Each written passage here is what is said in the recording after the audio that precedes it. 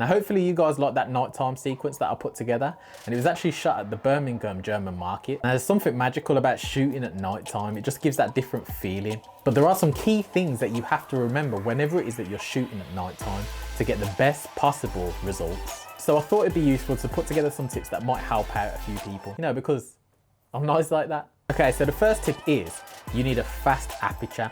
A fast aperture meaning that your lens goes down to the lowest number possible.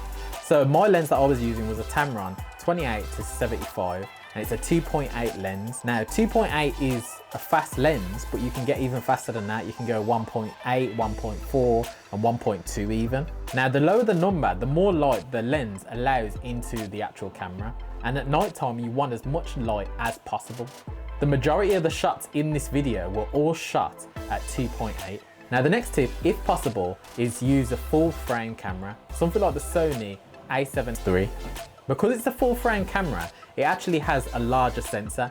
The larger sensor basically allows more light into the camera. The bigger the sensor, the more light that is actually going to come into the camera. I'm not saying that you can't create great results with, say, like a micro four thirds sensor, something that's on the GH5S. You can create great results with that, but you're going to have to make sure other conditions and other variables are matched up more accurately.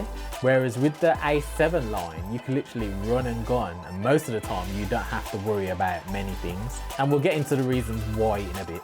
Now the third tip is look for the lighting. If you haven't got portable lighting with you, then look for things that bounce light off them. Look for neon lights, look for lighting that is coming down at an angle. If you have a subject like I did at that day, which was Natalie, I was literally filming her and placing her at a 45-degree angle from the lighting. That way it just gives that like nice lighting effect where half of the face is lit and half of it isn't.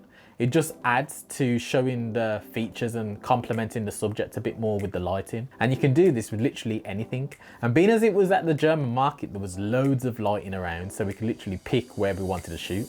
I just basically used my hand as a point of reference, put my hand there and looked at how the light was falling on my hand. Then I would place my subject there and I would tell them to look at a certain angle. All this basically helps to give you the best image possible, especially if you're shooting on a lens that isn't that fast, or you're using a camera that doesn't have a sensor that is that big, something like the GH5. Now the fourth tip is make sure that your ISO is kept as low as you possibly can. Now ISO is basically artificial lighting, and the more you bump that up on your camera, the more possibilities it gives for noise to be introduced. Noise is that little grainy thing that you see on some of the footage. Some people add that to footage to give it that film grainy type of effect, but most of the time you want your footage to be clean, so that if you do want to add that effect, you can add that effect later on. You don't want that embedded within your footage, because once it's embedded, it's harder to change, and you don't want to go through that process. And you don't want to be one of them people that are literally smoothing out their footage to denoise something, looking like one of those photos that literally it looks like they've got no cheekbones or nothing at all. Different cameras have different capabilities. Some cameras like the Sony, you can really bump up the ISO and it won't introduce that much noise. Whereas some other cameras that have a base level ISO, like the GH5 for instance, and if you go above a certain point, then you're going to start to introduce noise. So just be aware of what your ISO levels are and what is the most comfortable level, and never trust the display on the back of your camera, because sometimes it looks like there's no noise or it's all fine and everything like that. Then when you get home and put it into editing, it's like, oh, there's a lot of noise. And then you've got the headache of trying to deal with that, and it just adds time onto your production. The next tip is shoot in 4K if possible. 4K, 20 or 30 frames per second, that's the most ideal situation really. You don't want to be going up to like 120 frames per second, because your image is going to be darker, and most of the time most cameras are going to be HD. Like, they're not going to be like 4K at 120 frames per second unless you're dealing with cameras like Zcam, which is a rarity, or the Blackmagic, which isn't quite 4K but it's 2.4K or something like that. But the Zcam can go up to that. But the thing is, the higher frame rate that you start to introduce, the darker the image is going to be. So unless you've got the perfect lighting, I would stay at 4K, 24, 25 or 30 frames per second and literally just stick at that.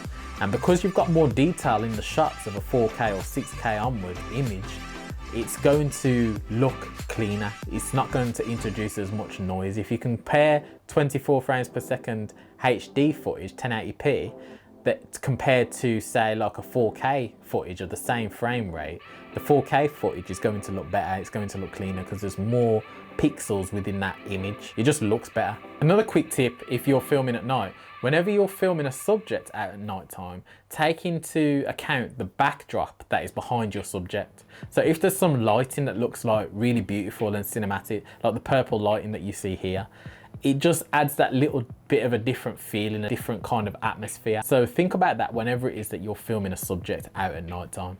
Now, hopefully you guys liked that video. If you did, make sure you hit that like and subscribe button. Oh yeah, if you've got any tips for shooting at night time, make sure you leave them in the comments below as well, because I'm always looking to add more strings to the bow. So any help or advice or tips for anybody that you've got for the community, make sure you leave them below.